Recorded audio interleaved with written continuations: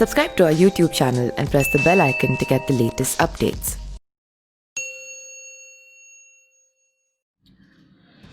श्री कृष्ण का जन्म जिस घड़ी में हुआ उस क्षण मथुरा नरेश कंस की मौत सुनिश्चित हो गई थी।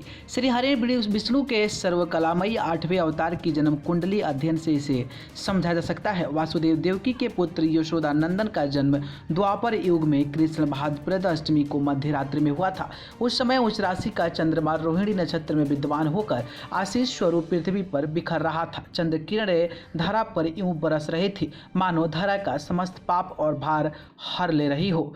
इसी प्रखर मथुरा में घनघोर बारिश हो रही थी, जैसे धरती सर्वश्रेष्ठ समय के आगमन की खुशी में भाव विह्वल हो रही हो और कंस को अपनी भयंकर गर्जना से चिता रही हो कि तेरा काल आ रहा है, तेरा काल आ गया है। श्री कृष्ण के जन्मचक्र वृष लग्न का है। उच्च चंद्रमा लगन में ही विराजमान है। स्वारिशिष्ट सिंह के सूर्य माता के भाव में है। यहाँ माँ और पिता के कारक ग्रह चंद्र सूर्य पूर्ण प्रबला से उपस्थित है। यह स्पष्ट संकेत है कि कृष्ण के माता पिता के कष्ट उनके जन्म से नष्ट होने वाले हैं। मातुल अर्थात मामा की जानकारी जन्म चक्र के छठे भाव से मिलती है। यहाँ तुला राशि में उच्च के शनिदेव विराजमान हैं जो न्यायदाता हैं। अभिप्राय कृष्ण से स्पष्ट हो गया है कि अब न्याय का अंत होगा और न्याय का परचम फहरेगा। साथ में स्वारिशिष्ट शुक्र का योग इशारा करता है कि कंस वध की घटना तीनों लोकों तक गुंजायमान होगा। यह छठे भाव में केतु भी है। यह जताता है कि न्यायपूर्ण विभिन्न षड्यंत्र भी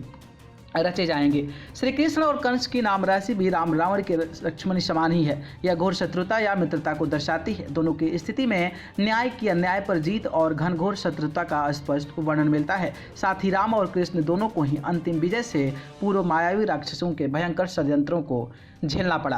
कृष्ण की कुंडली में गुरु उच्च के हैं, पराक्रम भाव में विराजित है। गुरुदेव संवैधानिक नीतिगत शास्त्र सम्मत के पक्षधर हैं। महापराक्रमी होकर भी युद्ध में पहल न करने वाले कृष्ण ने भी कंस की अति के बावजूद उसके बुलावे पर मथुरा पहुंचकर उकसाने और ललकारने पर उसका वध किया था। बुध का पंचम में उच्च का होना बाल्यकाल में आनंद का अनुभव कराता है। मित्रों का साथ नटखट शरारतें कराता है।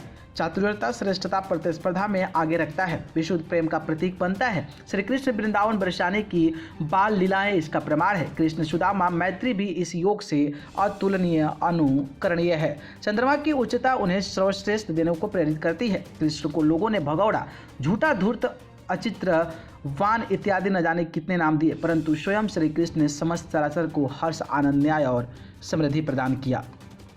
न्यूज रूम से न्यूज लाइव की रिपोर्ट।